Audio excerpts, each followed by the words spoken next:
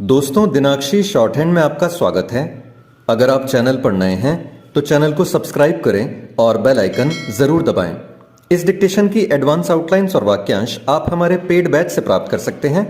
हमारे paid batch में आपको प्रतिदिन सभी डिक्टेशंस की एडवांस आउटलाइंस और वाक्यांश दिए जाते हैं और कुछ ऐसी डिक्टेशंस जो केवल पेड मेंबर्स को ही प्राप्त होती हैं।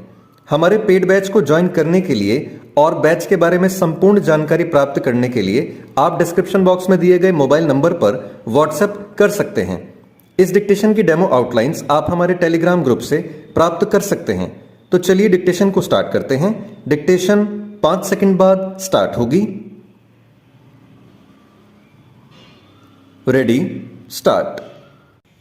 गोवा में शंघाई सहयोग संगठन की बैठक के बीच जम्मू संभाग के राजौरी जिले में एक बड़ा आतंकी हमला महज दुर्योग नहीं हो सकता।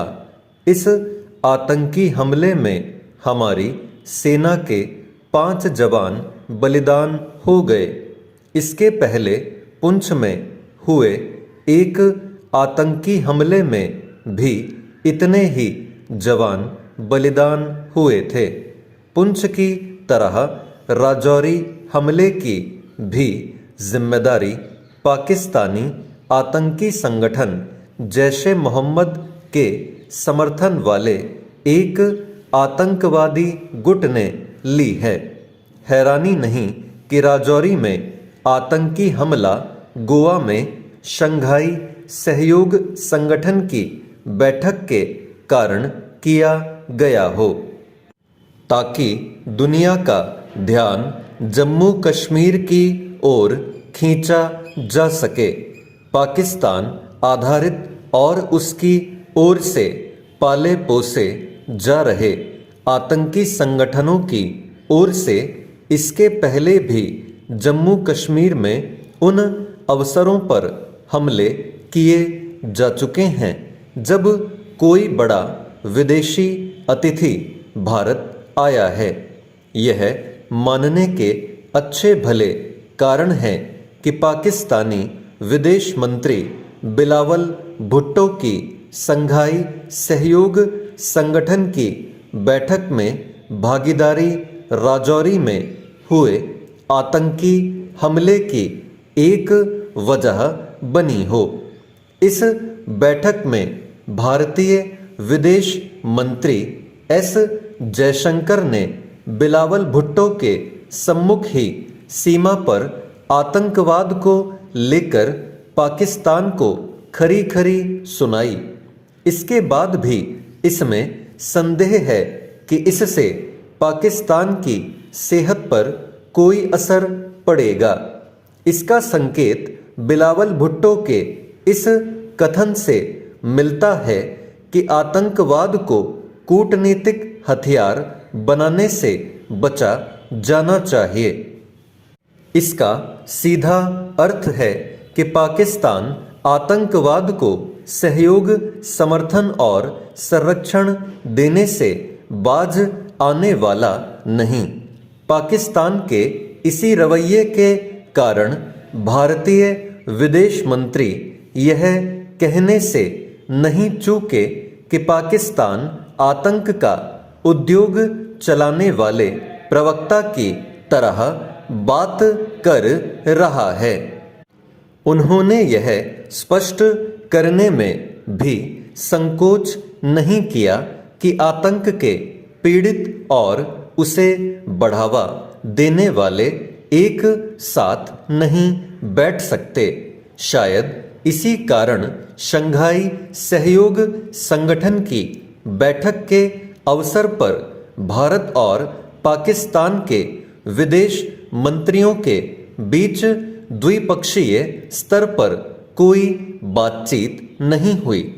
इसकी आवश्यकता भी नहीं थी, क्योंकि पाकिस्तान अपनी हरकतों से बाज नहीं आ रहा है।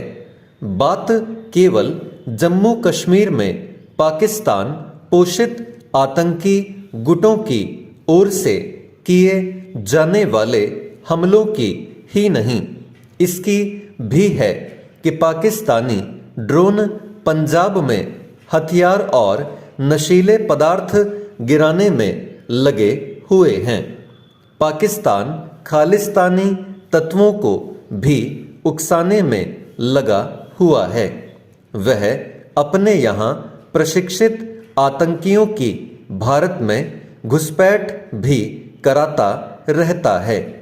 पाकिस्तान की धरती पर आतंकियों के अड्डे कायम रहना यही बताता है कि वह वे सबक भूल चुका है जो भारत ने पहले सर्जिकल स्ट्राइक और फिर एयर स्ट्राइक के जरिए सिखाए थे। भारत के लिए फिर से यह आवश्यक हो चुका है कि वह पाकिस्तान को नए सिरे से सबक सिखाए, क्योंकि वह पहले की ही तरह आतंक को खाद पानी दे रहा है। चेंज। उत्तराखंड सरकार आम जन को सभी सुविधाएं एक ही प्लेटफॉर्म पर उपलब्ध कराने की दिशा में गंभीरता से आगे बढ़ रही है। इसके लिए जन सेवा से जुड़ी ऑनलाइन प्रक्रिया को सरल करने और सेवा के अधिकार में अधिक से अधिक जन सेवाएं जोड़ने पर विशेष जोर दिया जा रहा है, ताकि वर्ष 2025 तक सशक्त उत्तराखंड के लक्ष्य को हासिल किया जा सके। देखा जाए तो ऐसा किया जाना जरूरी भी है। हम विज्ञान एवं तकनीकी के युग में रह रहे हैं, लेकिन इसकी सार्थकता तभी है जब तकनीक के माध्यम से सेवाओं का लाभ आम जन तक तेजी से पहुंचे। युवाओं को रोजगार एवं स्वरोजगार के पर्याप्त अवसर मिलें। इसके लिए उच्च शिक्षा एवं तकनीकी शिक्षा विभाग को समन्वय से कार्य कर युवाओं के कौशल विकास पर ध्यान देना होगा। विभागों को भविष्य की जरूरतों को ध्यान में रखकर दीर्घकालीन योजनाएं बनानी होंगी। सरकार यह भी चाहती है कि व्यक्ति को उसकी पात्रता के अनुसार एक क्लिक पर सभी जानकारी हासिल हो जाए, लेकिन ऐसा नेटवर्क की उपलब्धता पर ही संभव है, जो कि दूरस्थ क्षेत्र में मिलता ही नहीं। मुख्यमंत्री पुष्कर सिंह धामी ने भी गुरुवार को हुई ITDA और उद्योग विभाग की समीक्षा बैठक में इस बात पर विशेष जोर दिया कि मोबाइल फोन कनेक्टिविटी की समस्या का समाधान किया जाए। प्रदेश में सबसे बड़ी चुनौती कनेक्टिविटी उपलब्ध कराने की ही है। आज भी सैकड़ों ऐसे गांव हैं जहां मोबाइल के सिग्नल ही नहीं मिलते। इसका नुकसान इन गांव में बच्चों को कोरोना के दौरान पढ़ाई प्रभावित होने के रूप में भुगतना पड़ा।